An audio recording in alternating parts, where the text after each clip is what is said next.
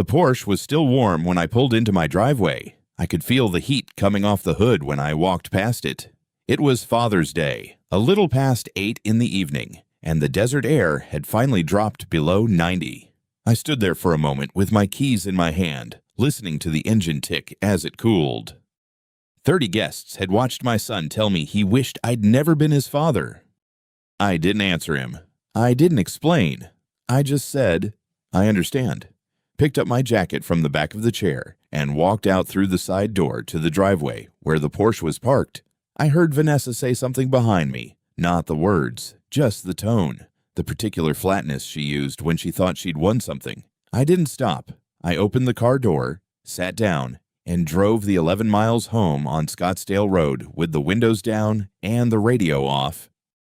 It had happened at the dinner table. Derek had stood up, not impulsively, not in the middle of an argument, but deliberately, the way a man stands when he's rehearsed what he's going to say. He tapped his glass once. People looked up. There were maybe 30 of them around that long table on the back patio.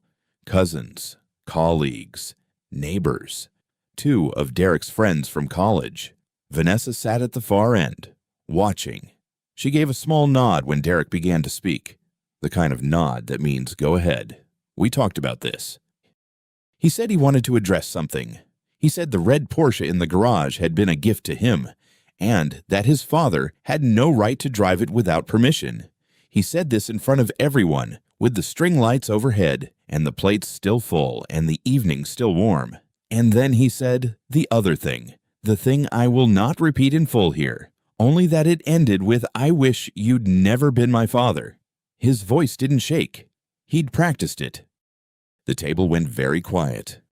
I counted 4 seconds of silence. Then someone's fork scraped a plate, and the spell broke, and people looked at their food, or at the sky, or at each other anywhere but at me. I looked at Derek. He was still standing. His jaw was set. He looked in that moment exactly like a man who believed he had just done something brave. I said, "I understand."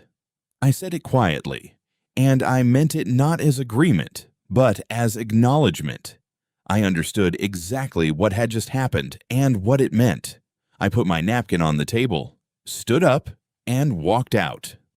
At home, I went to the study. Margaret's roll-top desk is still in the corner. I've never moved it. In the bottom drawer, behind a box of old drafting pencils, there's a steel deed box with a combination lock. She was the one who started keeping documents in it. Frank, you never know. She used to say, "Put the important things somewhere you can find them." I hadn't opened it in over a year. My hands were steadier than I expected when I worked the combination. The hinges were stiff. Inside, organized in paper folders the way she always did, were the property deeds, the trust documents, the vehicle titles, and the original purchase receipt for a 2019 Porsche 911 in Guards red registered, as it had always been, in my name. I was still sitting there when I heard a knock at the front door. Carol Hendricks has lived in the house to my left for 28 years. She had seen Derek's car pull away from my house earlier that afternoon, and she had seen his face through the window when he did. She stood on my front step in a linen shirt with her reading glasses pushed up on her head, and she looked at me the way she looked at me the morning after Margaret died carefully, like she was measuring something. "What happened?" she said. I told her, not all of it, but enough. The dinner, the 30 people, what Derek had said about the car, what he had said about wishing I'd never been his father. I told her about the deed box and the title I was now holding in my hand. Carol listened without interrupting. When I finished, she was quiet for a moment. Then she said, "Frank, everything's about to change." She didn't say it like a question. She said it like someone who had been watching a house for 28 years and had just seen the first crack in the foundation, someone who understood that the structure had already shifted, whether anyone inside admitted it yet or not. I looked down at the title in my hand. I looked at Margaret's handwriting on the folder tab, her neat, careful letters. I said, "Yes, I think it is." I don't go back inside right away. I sit on the front step for a while, the way I used to when Derek was small and I needed a moment between the drive home and the door. The Arizona evening settles around me, the dry heat that never fully leaves even after dark, the smell of the desert coming down off the hills. I have lived on this street for 29 years. I know the way the light changes on the pavement at this hour. I know the sound of Carol's sprinkler system clicking on at 7:15. I think about where I started. In 1989, Margaret and I lived in a 600-square-foot apartment on the east side of Phoenix. The kitchen window looked out onto a parking lot. The carpet had a stain near the front door that we covered with a rug we found at a church sale for $3. I was 29 years old, working for a mechanical contractor who paid me $11 an hour and expected 12 hours of work for 8 hours of pay. I didn't complain. I had a young wife, a 2-year-old son, and a set of ideas I hadn't yet proven. Margaret never complained either. She put Derek to bed at 7, cleaned the kitchen while I spread blueprints across the dining table, and brought me coffee without being asked. She never asked when things would get better. She acted as though they already were.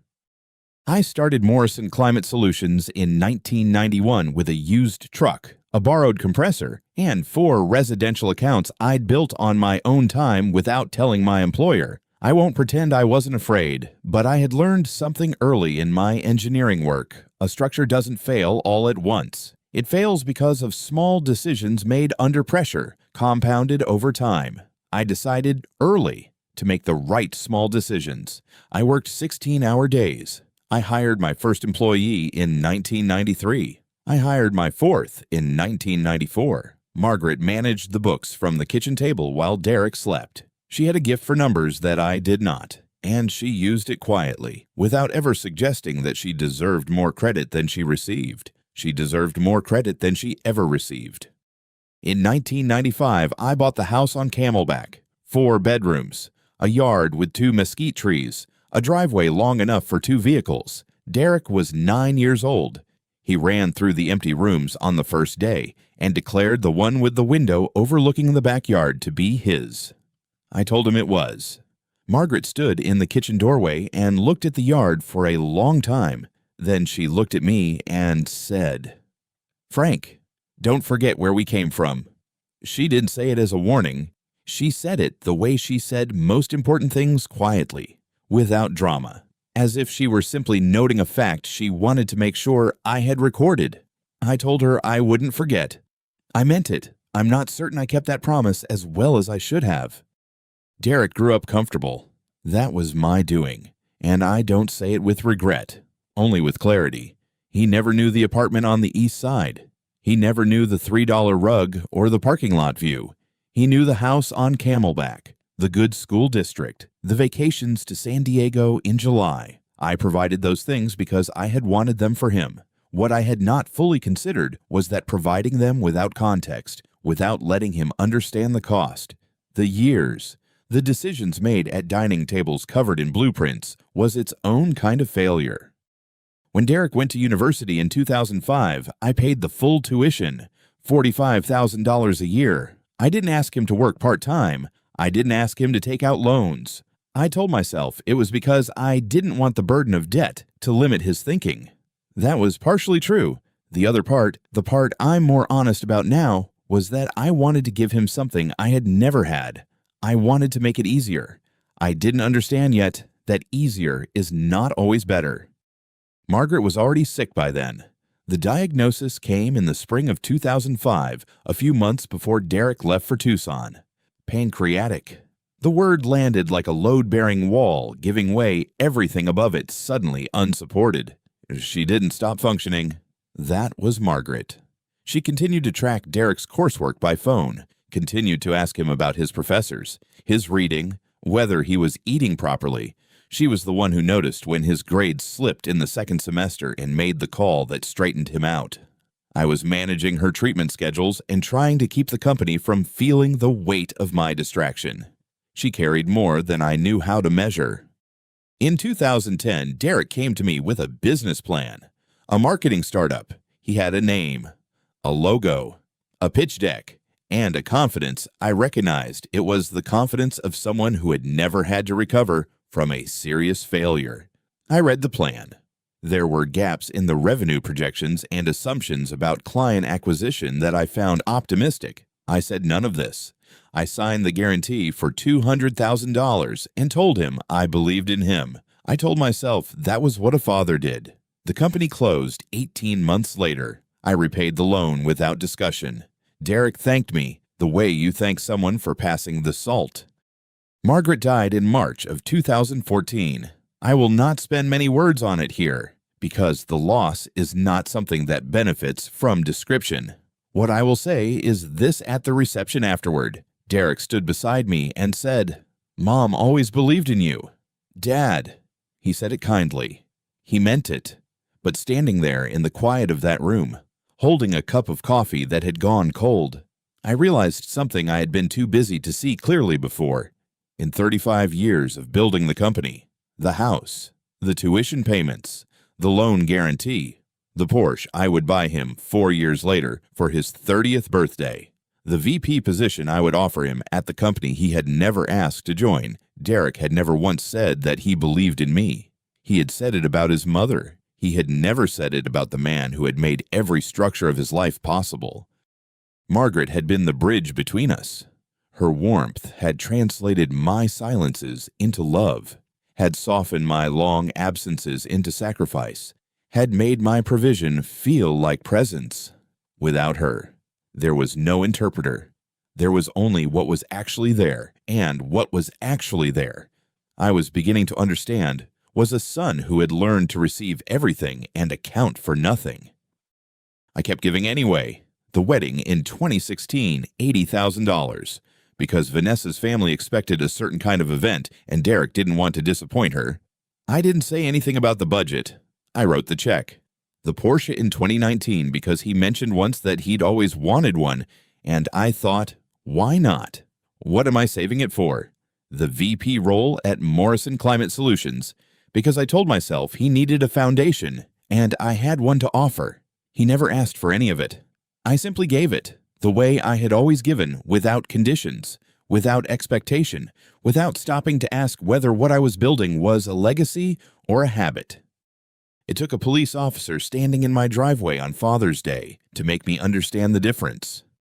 The Porsche arrived on a Tuesday in late October of 2019. I had arranged the delivery myself, dark navy, exactly the specification Derek had mentioned in passing at a dinner 3 months earlier. I remember thinking, as I watched the transport truck back down the street, that Margaret would have told me I was being excessive. She would have said it with a smile, because she understood that giving was my language, the only one I had ever learned to speak fluently. The truck driver handed me the paperwork. I signed it, walked inside, and called Derek to tell him to come by when he had a chance. He came that afternoon with Vanessa. She took photographs of the car for 40 minutes while Derek stood next to it with his arms crossed, the way a man stands next to something that already belongs to him. He thanked me. He did say thank you. I want to be precise about that. And then they stayed for about an hour before leaving for a dinner reservation they hadn't mentioned until it was time to go. I stood in the driveway after the taillights disappeared and thought that something about the afternoon had felt slightly off. The way a level reads when the bubble is just a fraction past center. Not wrong enough to stop work, just enough to notice. I would not have thought about it again if Carol Hendricks hadn't come by the following morning. Carol had lived next door for 28 years. She had brought food when Margaret was sick, had watched the house twice when I traveled for projects, and had the particular quality of a woman who observed things without making a performance of it. She knocked at 7:15, which was her way of signaling that what she had to say was not casual. I poured her coffee, and she sat at the kitchen table and looked at her cup for a moment before speaking.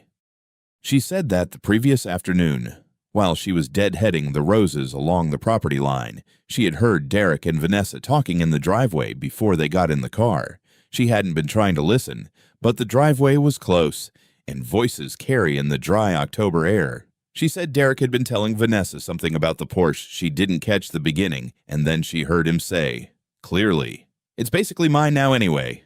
Not as a joke, as a fact being stated to someone who already agreed with it.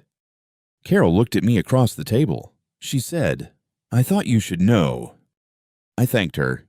I refilled her cup. We talked for another 20 minutes about her daughter's new job in Denver and the HOA's ongoing dispute about the oleander hedge on the north side of the street. After she left, I stood at the sink and washed the 2 cups, and I thought about the bubble in the level again. It had moved. I did not call Derek. I did not mention it. I filed it the way I had filed structural anomalies for 40 years, as a data point that needed more data before it became a conclusion. The anniversary party for Morrison Climate Solutions was in the spring of 2018, which I am aware is before the Porsche. But memory does not always move in straight lines, and the party is where I first understood the shape of what was happening, even if I did not yet have a name for it. I had founded the company in 1993, the year Derek was 9 years old, building it from a 2-man HVAC operation into a regional firm with 43 employees and contracts across 4 counties. By 2018, it was stable and profitable, and I had decided that a 25th anniversary was worth marking properly. I rented a room at the Scottsdale Resort on Camelback Road, invited the staff and several longtime clients, and asked Derek to say a few words because he had been working as VP of Marketing for 2 years, and I thought it would be good for his standing with the team. He gave a good speech.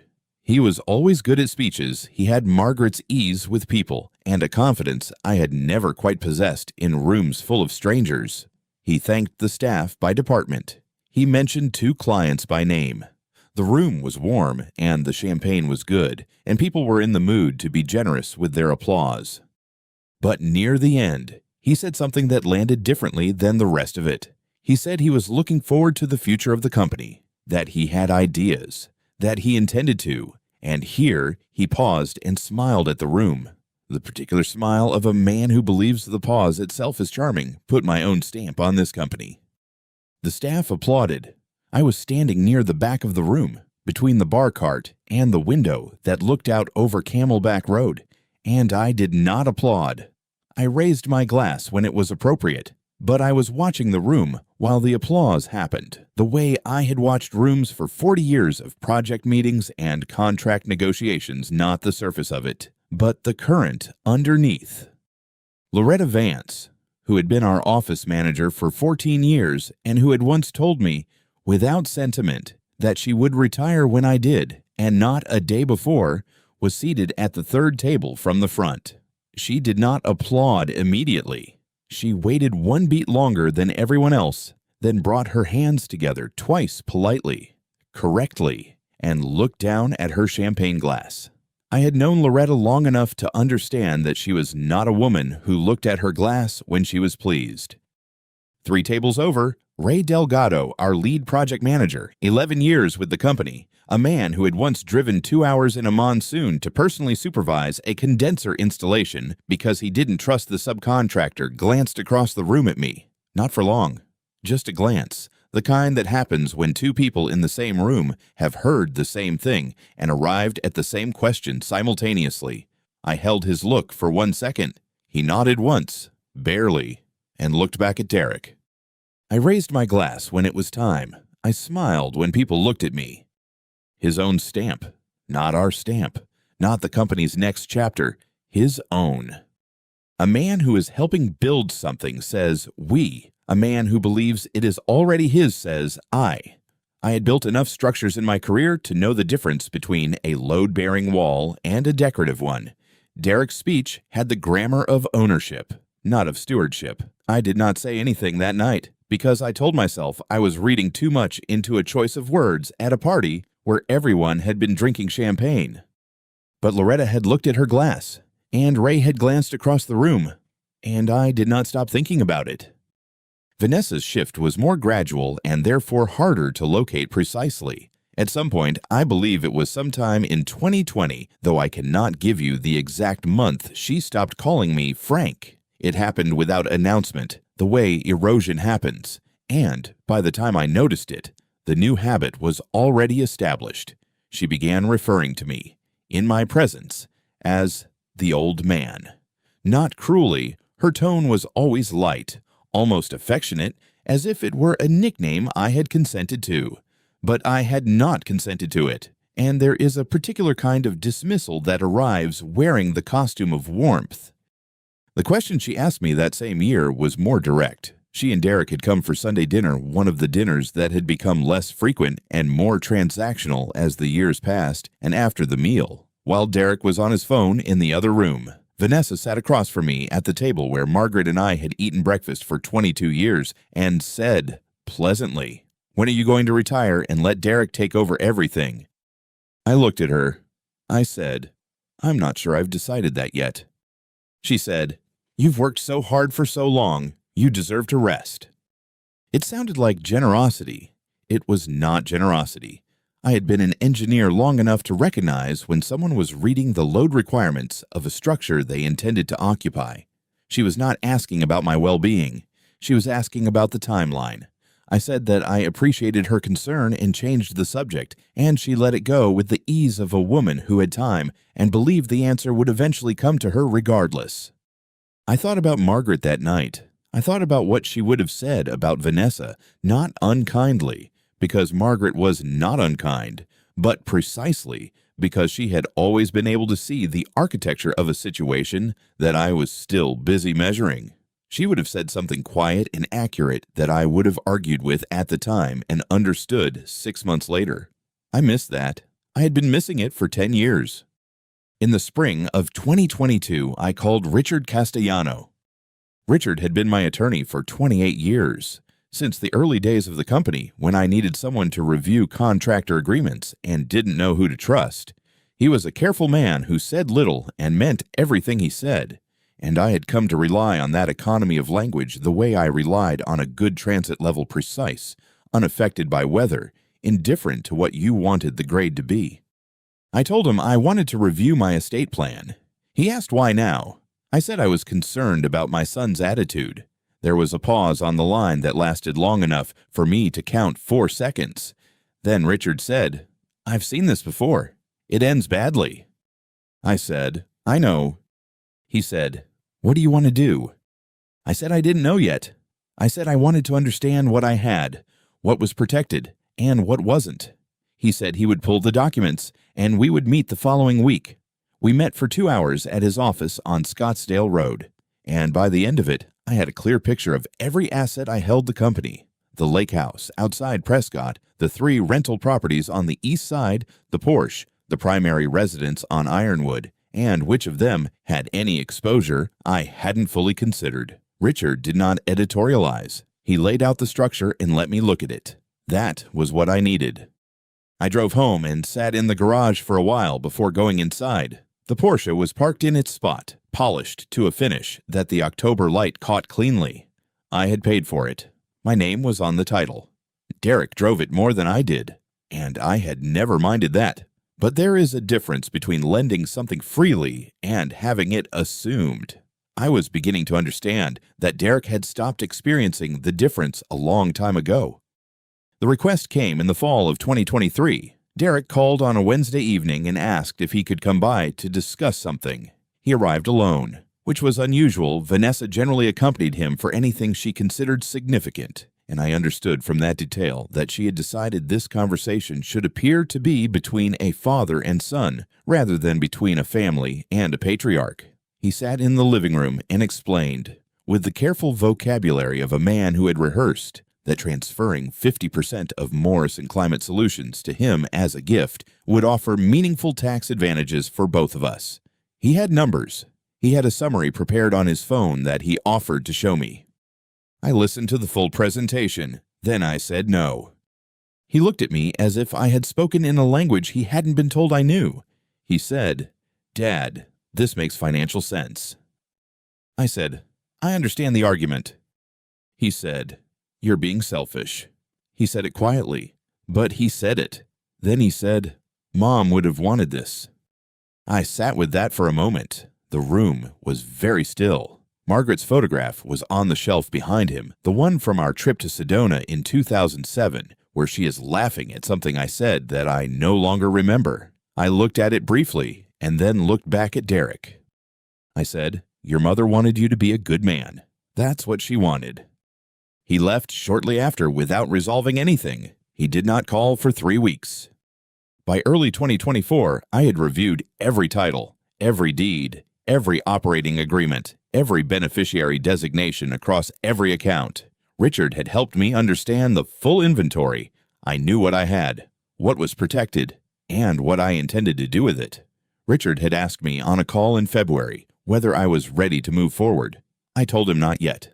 I said I needed to see what Derek would do next. He said, "You already know what he'll do." I said, "Yes, but I want to see it clearly, so there's no question in my mind afterward." Richard was quiet for a moment. Then he said, "All right, Frank." I had spent 35 years building things meant to last. I knew that the most important part of any structure is not the height or the finish or the materials on the surface. It is whether the foundation was poured correctly. I was beginning to understand that somewhere in 35 years of giving without asking, I had let someone build their expectations on a foundation that was never theirs to stand on. The question I was sitting with now was not whether the structure needed to change. It was whether I had the clarity to change it without anger, and with something closer to precision, the same precision I had used to build everything Derek had come to believe was already his. I was not ready, but I was getting there. The call came at 7:43 the following morning. I was on the back porch with my coffee, watching the light come over the McDowell Mountains the way it does in June in Scottsdale Low and Orange, turning the saguaros into silhouettes. My phone was on the table beside me. I'd slept 4 hours.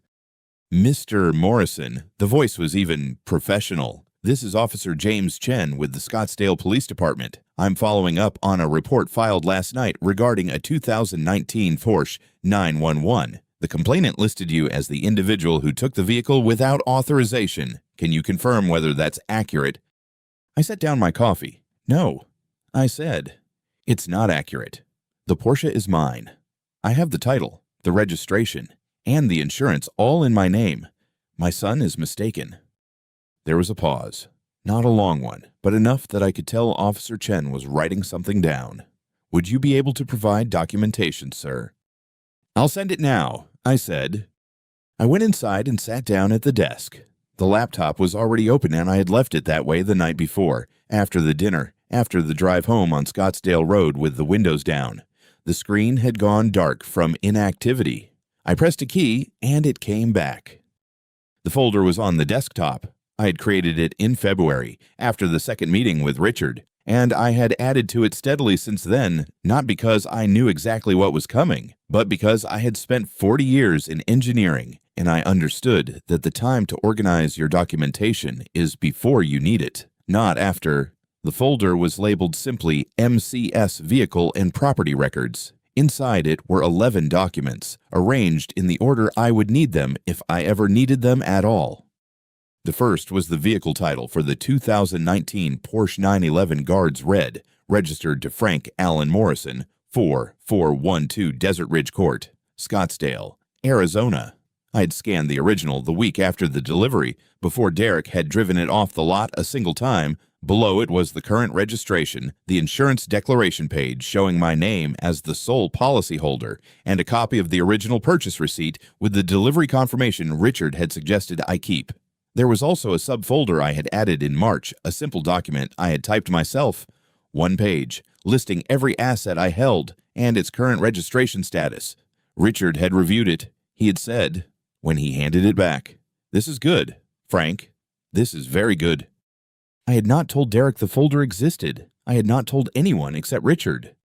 I photographed the title, the registration, and the insurance page with my phone and emailed them to the address Officer Chen had given me. The timestamp on that email was 7:49 in the morning. I closed the laptop, went back outside. My coffee was still warm. If you've ever been in a situation where the only thing standing between you and an accusation is a piece of paper you were smart enough to keep, you know what it feels like to sit quietly while the truth does its work. If that's where you are right now, I hope this helps even a little. Go ahead and give this a like. Officer Chen called back at 8:22. He said he had pulled the DMV database and confirmed that the vehicle in question was registered to Frank Morrison. No lien, no dispute on record. He said, in the careful language of a man trained to stay neutral, that this did not appear to be a stolen vehicle case. He said it appeared to be a family matter, and that he would be contacting the complainant to inform him of that finding. "Is there anything else you need from me?" I asked.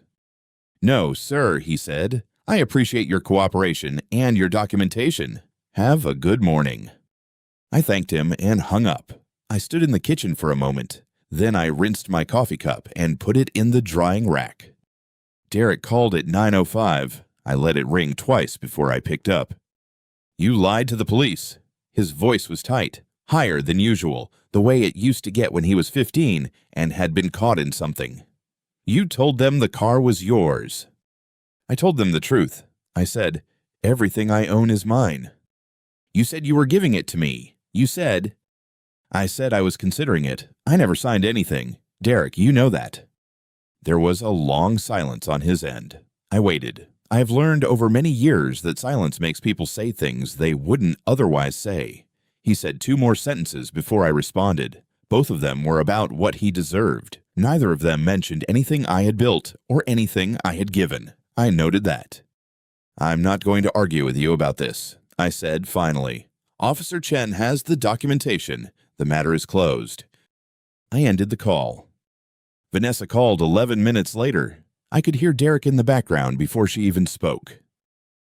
"Frank."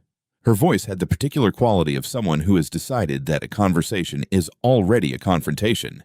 "What you did is harassment. What you did to Derek on Father's Day, taking that car, humiliating him in front of his neighbors." "I drove my car to my house," I said. "We're going to sue you for emotional distress. Our attorney says we have grounds. You have been deliberately manipulating Derek's expectations for years, and we have documentation." "You're welcome to try," I said. I pressed the red button. The screen went dark.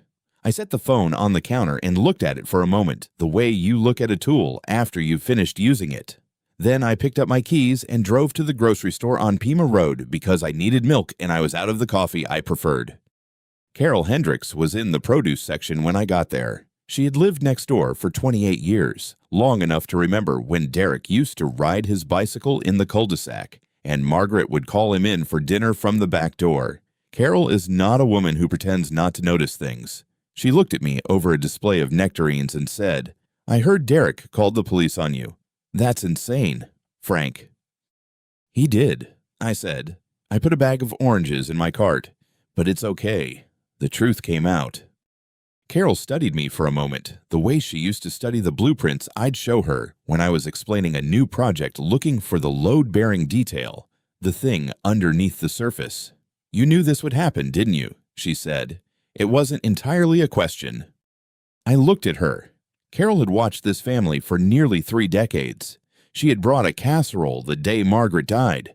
She had stood in my driveway 4 years ago and told me, quietly, that she didn't recognize Derek anymore, not in a mean way.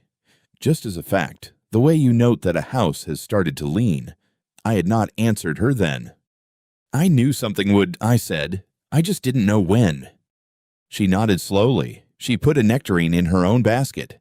"What are you going to do?" "What I should have done a while ago," I said. She didn't ask me to explain. That was one of the things I had always respected about Carol. She understood that some answers are not for the grocery store. We talked for another few minutes about nothing important, and then we went our separate ways down the aisle. I drove home on Pima and then up Desert Ridge, past the houses I had watched go up over 30 years, past the lot where the Delgados had built in 1998, past the corner where the old block wall had collapsed in the monsoon of 2004, and I had helped the city inspector assess the damage. I knew every seam in this neighborhood. I had poured my working life into structures that were meant to outlast me. I understood, in the way that engineers understand things not emotionally, but structurally, that a foundation built on unconditional generosity without accountability was not a foundation at all. It was a gift that had been mistaken for a floor, and Derek had been standing on it for so long that he had forgotten it could be taken away. He had not filed a police report because he was cruel. He had filed it because he genuinely believed the car was his. That was the part that stayed with me as I pulled into the garage and sat in the quiet for a moment before going inside. Not the call. Not Vanessa's threat. The belief. He had come to believe it so completely that he had called it theft when I took back what was mine. I sat with that for a while. Then I went inside and called Richard. Richard picked up on the second ring. That was unusual. He was the kind of attorney who let calls go to voicemail and returned them in order of urgency, and he had told me once, early in our working relationship, that a man who answered every call immediately was a man who had no control over his own time. So when he picked up on the second ring, I understood that he had been waiting. "Frank," he said, not a question, just my name, the way you say someone's name when you've been thinking about them. "Richard, I heard about this afternoon." He paused. "Carol called me." I hadn't known that. I stood in the kitchen doorway for a moment, looking at the counter where I'd set the deed box when I came in. The latch was still open. "What did she say?" "She said Officer Chen left after about 40 minutes. She said you didn't raise your voice once." Another pause. "She also said Derek drove away without looking back at you." "I didn't say anything to that." "Frank, I've been your attorney for 28 years. Richard's voice was measured, but there was something underneath it, not urgency. Exactly. But weight. The weight of a man who had been holding something back for a long time and had decided he was done holding it. In 28 years, I have never seen you act the way you acted today. You're usually the one who talks, who explains, who gives people the context they need to understand the situation. You've always been that man. Today, you were silent. I need to understand why." I walked to the kitchen table and sat down. Outside, the sun was finishing its work on the desert, pulling the last of the orange out of the sky and leaving something quieter behind. "Because silence speaks louder," I said. Derek had already decided what the story was. Anything I said would have been absorbed into his version of it, so I didn't say anything. I let the paperwork speak. Richard was quiet for a moment. "That's tactically sound," he said. "But that's not why you went silent." He knew me too well. 28 years will do that. "No," I said, "it's not." "Then why?" I looked at the deed box on the counter. Inside it were the documents I had pulled out this afternoon, the title, the registration, the insurance records, all of it in Margaret's handwriting on the original purchase forms, because she had been the one who insisted on keeping hard copies of everything. She had said, more than once, that a man who trusted only digital records was a man who had never lost power during a flood. I had teased her about that. I had been wrong to tease her. "Because I didn't trust myself to say the right thing," I said finally. "Because if I had started talking, I don't know where I would have stopped. And some of what I would have said, I'm not sure Derek was ready to hear it. I'm not sure I was ready to say it. And now," I set my hand flat on the table. The wood was warm from the afternoon light that came through the east window every day at this hour. Margaret had picked this table. She had said the grain was honest. I had not known what that meant at the time. I thought I did now. Now I think I'm ready. Richard didn't say anything for a moment. When he spoke again, his voice had shifted, still measured, but cleaner, more direct. "Frank, I need to tell you something. And I need you to hear it as your attorney and as someone who has watched your family for nearly 3 decades. He waited. "You asked me to keep quiet about the estate plan. You asked me not to tell Derek. You asked me to wait until you were sure. I respected that. I waited." A pause. "I have been waiting for 2 years, and in those 2 years, I have watched you absorb things that no man should absorb without response. I've watched you extend grace that was not being received as grace. I've watched you protect a version of Derek that Derek himself stopped trying to be." He stopped. "I need to ask you directly, are you ready to act?" The kitchen was very quiet. Outside, a car passed on the street slowly, the way people drive through this neighborhood in the evenings. No particular destination. I thought about the day I had poured the foundation for this house. I thought about Derek at 6 years old, standing at the edge of the site in rubber boots that were 2 sizes too big, asking me how I knew the concrete would hold. I had told him that you test the ground first. You understand what it can bear before you build on it. He had nodded very seriously. The way children nod when they are filing something away. Yes, I said. I'm ready. There was a brief silence on Richard's end, and then something I had not heard from him in a long time, a slow exhale, almost like relief. All right, he said. Tell me what you want to do. I want to change my will, I said. Everything I planned for Derek, I want to review it. All of it. All of it, Richard repeated, not a question, a confirmation. All of it. He didn't argue. He didn't ask me if I was sure. That was one of the things I had always valued about Richard Castellano. He understood that when a man like me said all of it after 28 years of patience, he had already been sure for longer than the conversation had been going on. I'll start drafting tonight, he said. I want to walk you through a structure I've been thinking about, not a removal, a revision, the kind that doesn't punish, but requires. Requires what? Accountability. He said the word simply, without elaboration, the way you say a word when you know the other person already understands it and doesn't need it dressed up. Instead of all assets to Derek outright, we structure it as a trust. Assets held for Derek's benefit, but with conditions attached to distribution. He would need to demonstrate certain things before the trust releases. What things? A formal written apology. Documented repayment of every loan you've extended over the past decade, we have records of all of them, and a demonstrated understanding of the source of the estate, not just the dollar amount, the work, the decisions, the years. Richard paused. The idea is not to take from him. The idea is to make him earn what he was always going to be given, to make him understand that inheritance is not a floor, it's a threshold. I sat with that for a moment. Outside, the last of the light had gone. The street was settling into its evening quiet, the particular silence of a Scottsdale neighborhood after dark, which is not the absence of sound, but the presence of stillness. I had lived in this house for 31 years. I knew every variation of that stillness. Send me the draft, I said. I'll have it to you by morning. A pause. Frank. One more thing.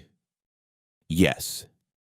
You should call him before he sees anything from my office, before he hears it from Vanessa's attorney, if she has one, or from anyone else. He should hear this from you. Richard's voice was careful, not because he deserves the courtesy, because you are the kind of man who gives it anyway, and because hearing it from you from his father will mean something different than reading it in a document, even if he doesn't show it. I didn't answer right away. I thought about the last time I had tried to have a real conversation with Derek, not about money, not about the business, not about logistics, but about something that mattered. I couldn't place it. The conversations had become transactional so gradually that I hadn't noticed the moment when they stopped being anything else. I know, I said. I'll call him. I waited until the draft arrived the next morning. Richard had sent it at 6:47, which told me he had worked late and started early. I read it twice at the kitchen table with a cup of coffee that went cold before I finished. The language was precise and unambiguous.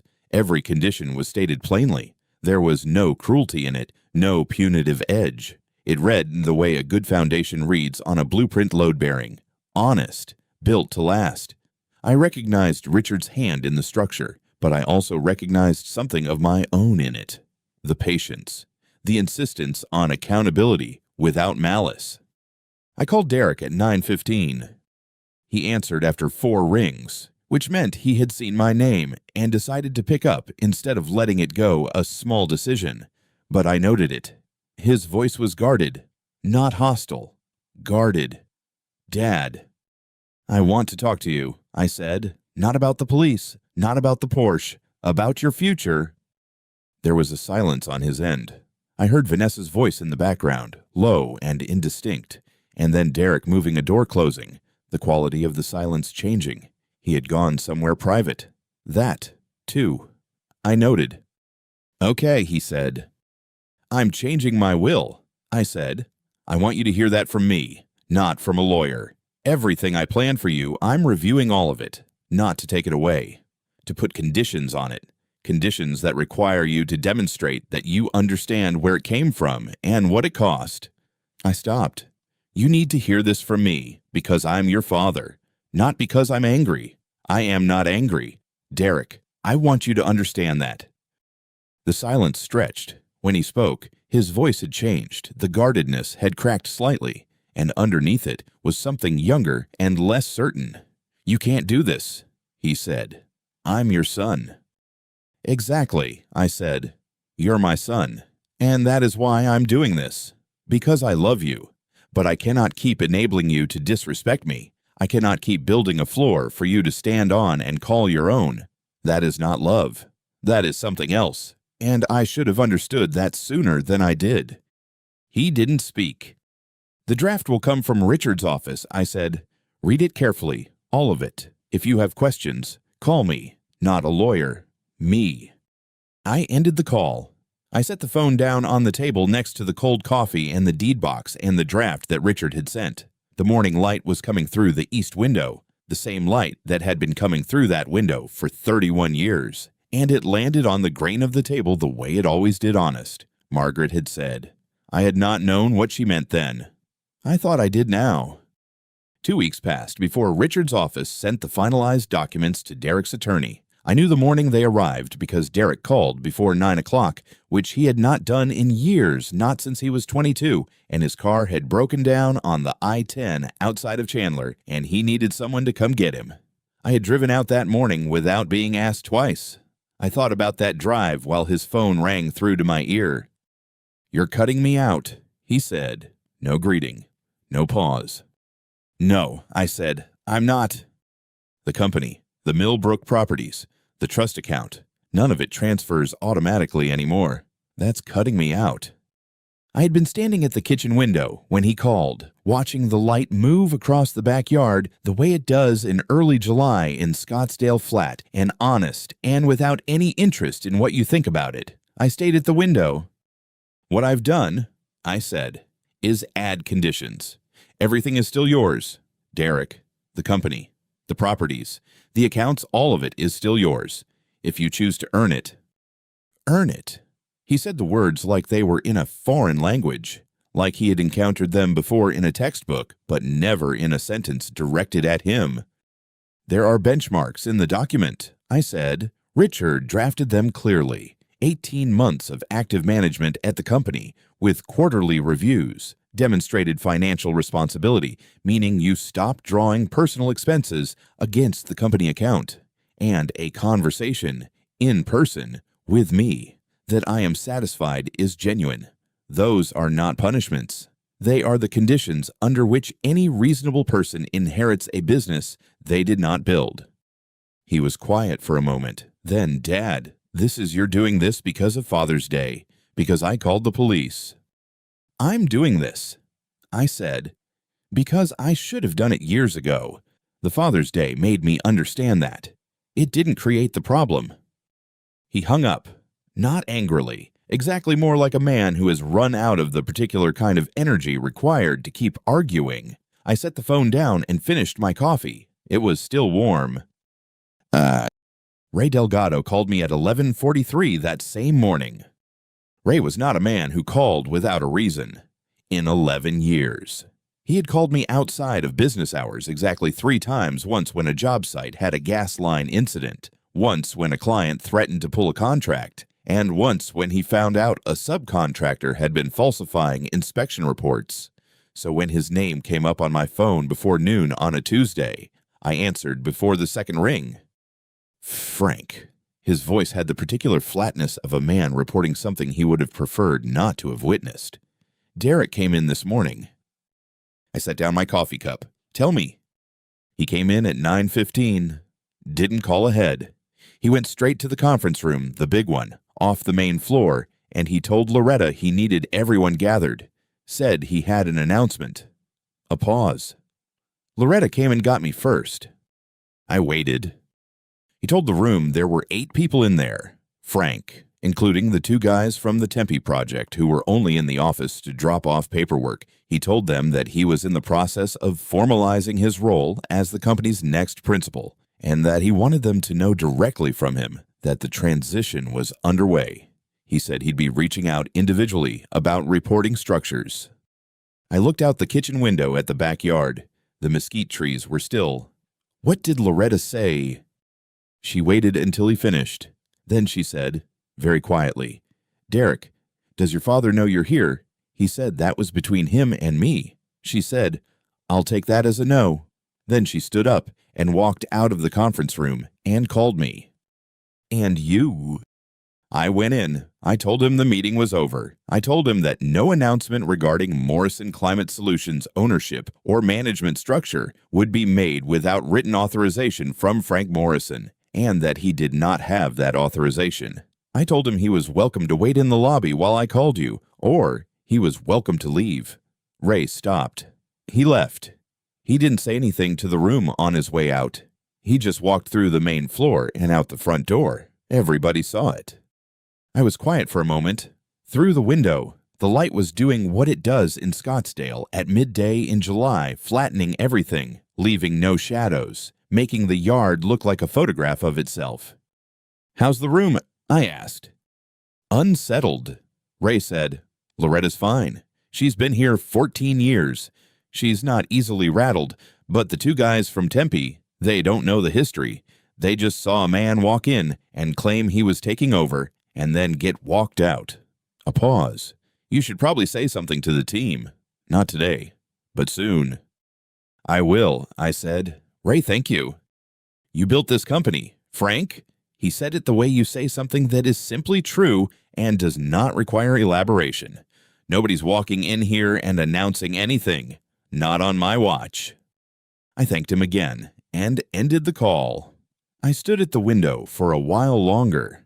I thought about Derek walking through the main floor of the company I had built, past the desks of people who had given years to something he had never once asked to understand, and walking out the front door in silence while everyone watched. I thought about what that walk had cost him in the room, not in my estimation, but in theirs, in Loretta's, in Ray's, in the two men from Tempe who would go back to the job site and tell someone what they had seen. I had not arranged that. I had not needed to. Derek had arranged it himself, the way people always arrange the consequences they cannot see coming. Us. He called again 4 days later and asked to come over. I said yes. I told him Sunday afternoon, the same way I had always said Sunday afternoon for 34 years, open door. No agenda. He arrived at 2 o'clock in a car I didn't recognize, which meant Vanessa had the Porsche. He was wearing a collared shirt, which was unusual for a Sunday, and he had the careful look of a man who had rehearsed something. We sat in the living room. I offered him water. He took it and held the glass without drinking. I'm sorry, he said, for Father's Day, for calling Officer Chen, for all of it.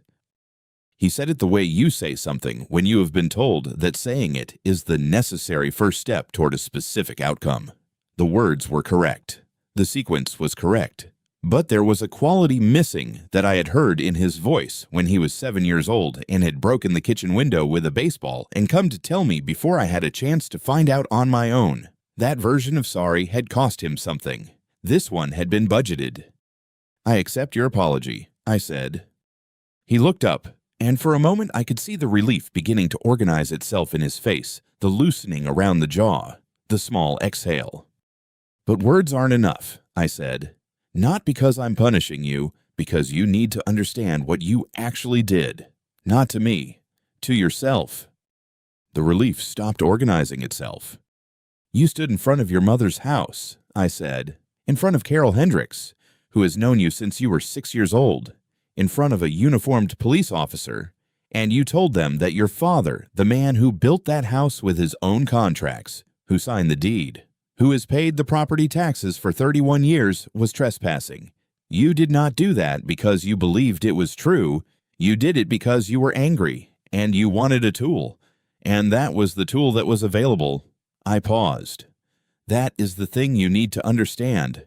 Not that it hurt me, that it revealed something about who you've become. He was quiet for a long time. The ceiling fan turned overhead.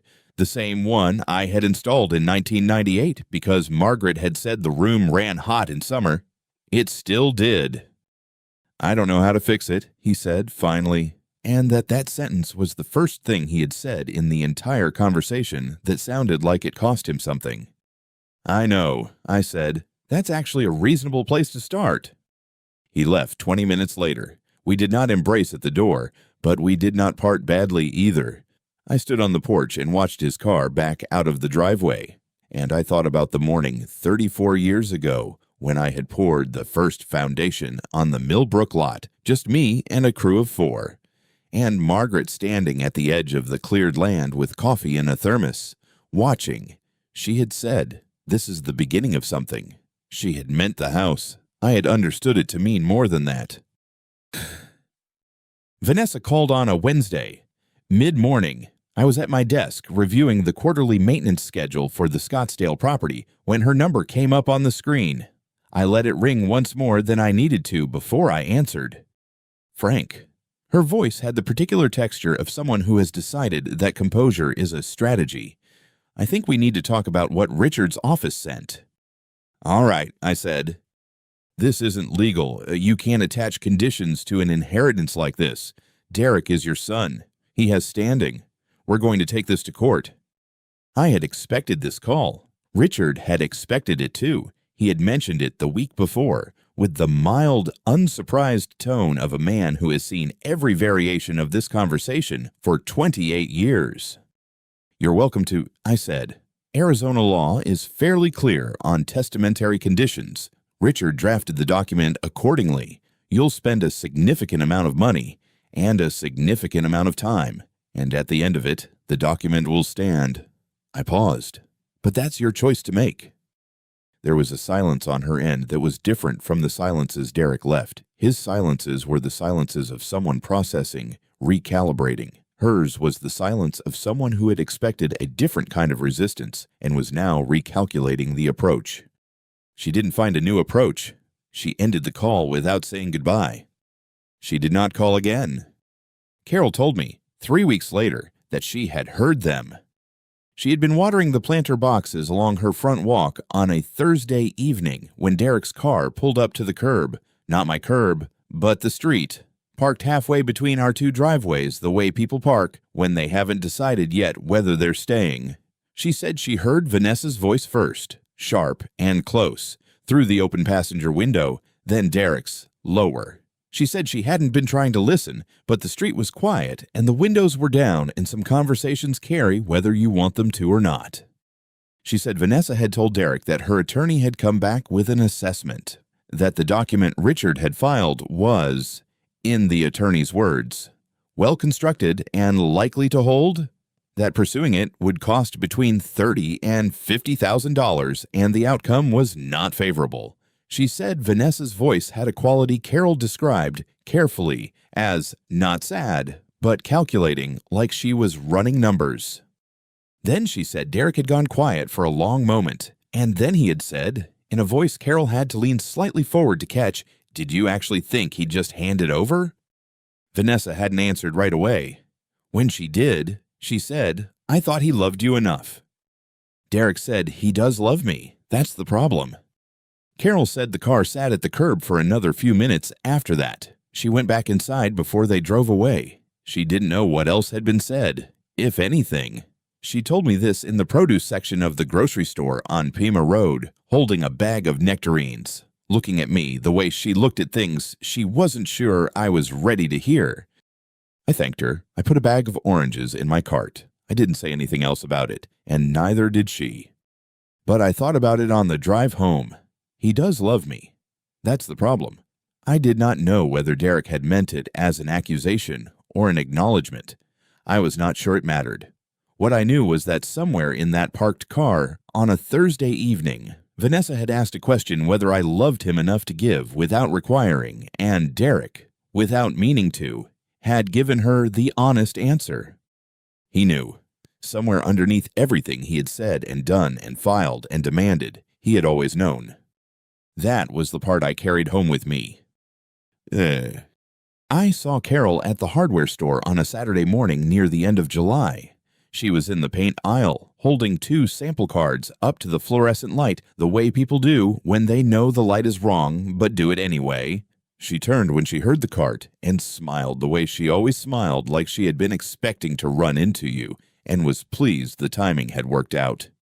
"Frank," she put the samples down. "I've been meaning to stop by. How are you doing?" "Better," I said. And I meant it in the specific way you mean things when you have recently been through something that rearranged your understanding of a situation you thought you already understood. She nodded. She had that quality Carol had always had it of knowing when not to ask the follow-up question. We stood in the paint aisle for a moment in the comfortable silence of people who have been neighbors for 28 years and do not need to fill every pause. "I heard Derek didn't get the company," she said. "Not automatically, anyway. Somebody on the street mentioned it." She said it the way she said most things, directly, without apology, but without cruelty either. "That's right," I said. "How do you feel about it?" I thought about the question. It deserved a real answer, not a managed one. "I feel like a father again," I said, "not a bank account." She was quiet for a moment. Then she said, "Margaret would be proud." I did not answer right away. The fluorescent light hummed above us. Someone moved past us in the aisle with a flatbed cart, the wheels loud on the concrete floor. I looked at the paint samples she had set down, 2 shades of the same blue, close enough that most people would not have bothered choosing between them. "I think she'd say I waited too long," I said. Carol shook her head. "Just slightly. She'd say you did it when it mattered." I picked up the cart handle. "Good luck with the blue," I said. "The lighter one. The other one will read gray by 4 o'clock. She laughed. It was the kind of laugh that is also a thank you. I pushed the cart toward the lumber section and did not look back, but I was smiling, which was something I had not expected to be doing in a hardware store that particular Saturday. Richard's office was on the second floor of a building on Camelback Road that had been there since before either of us had any reason to know it existed. I'd been going there for 28 years, first for the contracts on the early development projects, then for Margaret's estate, then for the quiet work he had been doing on my behalf for the past several months. The receptionist knew my name. The coffee was always the same. He stood when I came in, which he did not always do, and we shook hands across the desk the way we had been shaking hands since 1996. "You did the right thing," he said, when we had both sat down. "I want to say that plainly. It wasn't easy to get to, and it wasn't easy to execute, but it was right." "I waited too long," I said. He looked at me over the rim of his glasses, a gesture I had seen him use in courtrooms and conference rooms and this office, always meaning the same thing I am about to push back on something you just said. "You did it when it mattered," he said. "That's not the same as too late." I thought about that. There is a version of this story in which I had seen the signs earlier, the Porsche, the lake house requests, the way Derek had started referring to the company as the family business, in a tone that implied he had already taken custody of it and had acted sooner. There is a version in which Margaret was still alive, and I had someone to talk to about what I was watching happen, and she had said something that clarified it for me before it reached Father's Day on the front lawn with a police officer standing between me and my own door. But those were not the versions I had. I had this one. "The conditions are enforceable?" I asked. I already knew the answer. I asked because I wanted to hear him say it. "Completely," Richard said. "I've reviewed the case law. Arizona courts have consistently upheld testamentary conditions that are not against public policy and do not constitute undue restraint, requiring demonstrated management competence and financial responsibility as conditions of inheritance is neither. If Vanessa files, she'll lose. Her attorney will tell her that within the first consultation, if he's honest. And if he's not honest," Richard smiled, "then she'll spend about $40,000 to arrive at the same conclusion." I nodded. We talked for another 20 minutes about the quarterly review structure, about the documentation Derek would need to provide, about the timeline.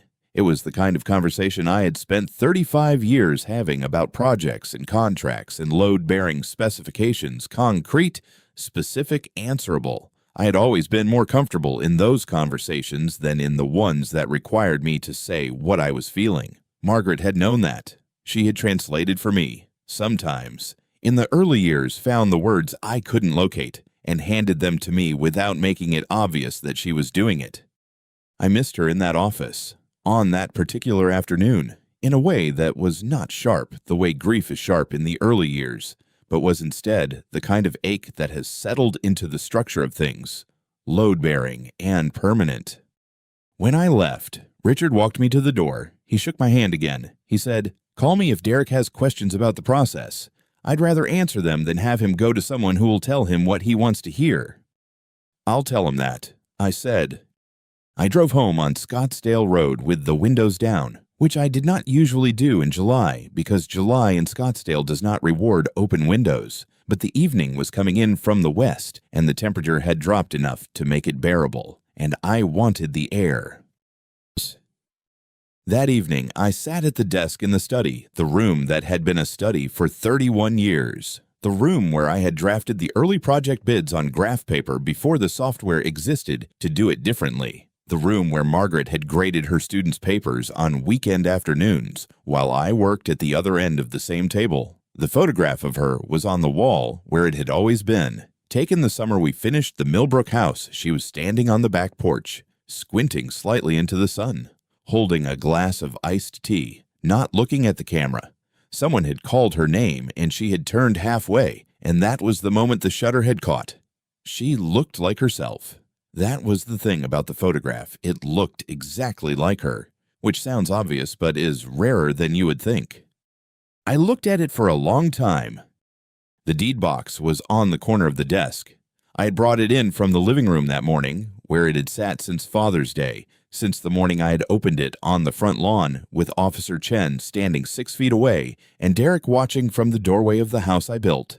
The original deed was inside, and the property tax records, and the copy of the new will that Richard had filed the previous month. All of it in order, all of it exactly as it should have been from the beginning, if I had understood sooner what I was building toward and what I was building away from. Love isn't about giving everything, I thought. It's about knowing when to stop. I had not said that out loud. I had thought it in the direction of the photograph. The way you think things at people who are no longer in the room, but whose presence in the room has never entirely left.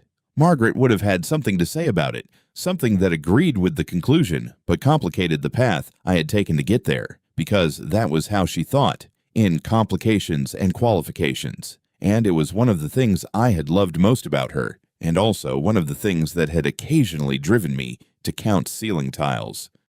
I closed the deed box. The latch clicked the way it always clicked, solid, final, the sound of something properly shut. I was not happy. Exactly.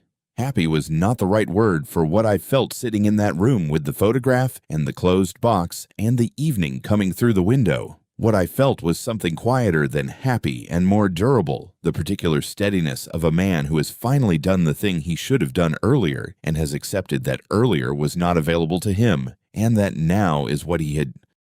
I turned off the desk lamp. The room went dark except for the last of the evening light from the window, which was orange and low and would be gone in 10 minutes. I sat in it for those 10 minutes without moving. Then I got up, went to the kitchen, and made dinner. Nothing elaborate, just enough. If you've ever sat in a quiet room after a long fight, finally finished, not triumphant, not relieved, just steady, you already understand exactly what that click of the latch meant. 3 weeks after the Sunday afternoon visit, I received an email from Derek at 6:52 in the morning. The subject line was Q3 Maintenance Schedule Tempe Properties. He had questions, specific ones not about ownership, not about the trust, not about conditions or timelines or what he stood to receive. He wanted to know whether the HVAC service contracts on the 3 Tempe rentals renewed automatically or required annual sign-off, and whether the vendor we used had been with the company since the beginning or was a more recent arrangement. He said Ray had pointed him toward the files, but he wanted to make sure he was reading them correctly. I read the email twice. Then I forwarded it to Richard with a single line, "He's asking about the work." Richard replied 11 minutes later. He said, "Good." That's the right question. I wrote back to Derek. I told him the contracts renewed automatically, but required a review signature from the managing principal each October, something I had instituted in 2009 after a vendor dispute that cost us 6 weeks of work. I told him the current vendor had been with us since 2011, that their response times were reliable, and that I had a folder of their service records going back to the first contract if he wanted to review it. I told him Ray could walk him through the property inspection schedule if he asked. I did not say anything else. I did not mention the trust, or the conditions, or Father's Day, or the conference room where he had stood in front of 8 people and announced something that was not yet his to announce. He replied 40 minutes later, 2 sentences, "Thanks, Dad. I'll set up a time with Ray." I set the phone down on the desk next to the deed box and the closed laptop and the photograph of Margaret on the wall. The morning light was coming through the east window. The grain of the table was honest in it, the way she had always said it was.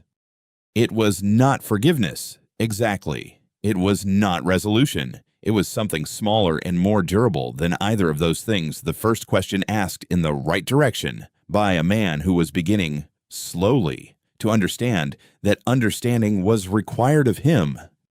I had waited 35 years to see it. I could wait a little longer to see what came next. If stories like this one find you at the right moment, subscribe, and I'll keep telling them.